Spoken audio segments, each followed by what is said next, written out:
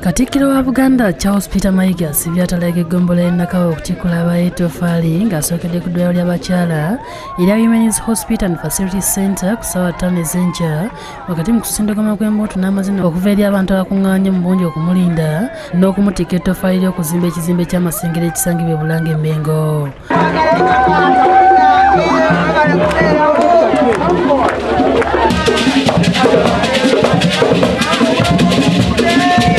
Wano bamutiisa ettoffaali lya bukadde 5 mu emitwalo 42. Mu butongole yanyiziddwa abakungu okuva mu gavumenti y'e Mengo n'eya wakati wamu n'abakulira eddwaliro eryo nga bakulembeddwamu Dr. Tamale Sali.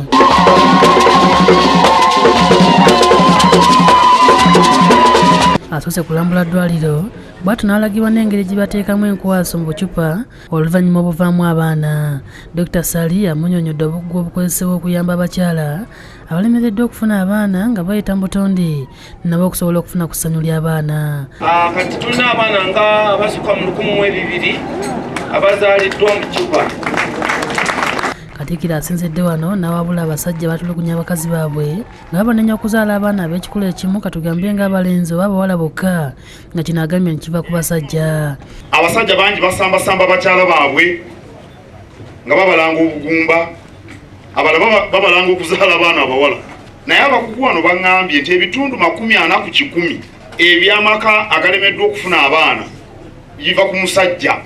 Ekirungo ky'omukazi kiri X olubeerera. Akati gwe omusajja osobola okuleeta X oba Y, oleeta Y nga muzaala omulenzi, oleeta X aba muwala. Naye Abaganda wano bakuba abakazi emiggo okubajjamu amannya. Tasobola kuzaala mwana mulenzi ng'ensobi ya obunafu oba ekikula kiri ku musajja. Bw'afudde wano yeeyongeddeyo ku Spear Motors e Nakawa ng'akulira ekifo kino Professor Gordon wava munno amutisse ettoffaali lya bukadde 5 n'ebitabo by'ebyafaayo by'ennono za Buganda n'amusuubiza n'okuwa Buganda ebitabo ebirala ebinaateekebwa mu tterekero okuyamba abaana ba Buganda okumanya ennono zaabwe n'obuwangwa. Ojja kuweereza ebitabo 10 mu ofiisi yo. Yeeyongeddeyo ku ssomero lya St. Francis Day Boarding Primary School e Ntinda ng'eno bamutisse ettoffaali lya bukadde 9 so nga n'aba Great Lakes Coffee Factory bamutisse lya bukadde 2. Katikkiro agenze n'embifo ebirala gye bamutisse ettoffaali ng'omugatte ensimbi esibye mu bukadde 24 ze zimutikkiddwa. Akubiriza abakozi mu bibanda by'emmotoka eby'abayindi babayigireko nga bafunako amagezi okusobola okukola emirimu emirala. Temwekokkolanga bantu bagwira bava bweru. Nze kambawo amagezi.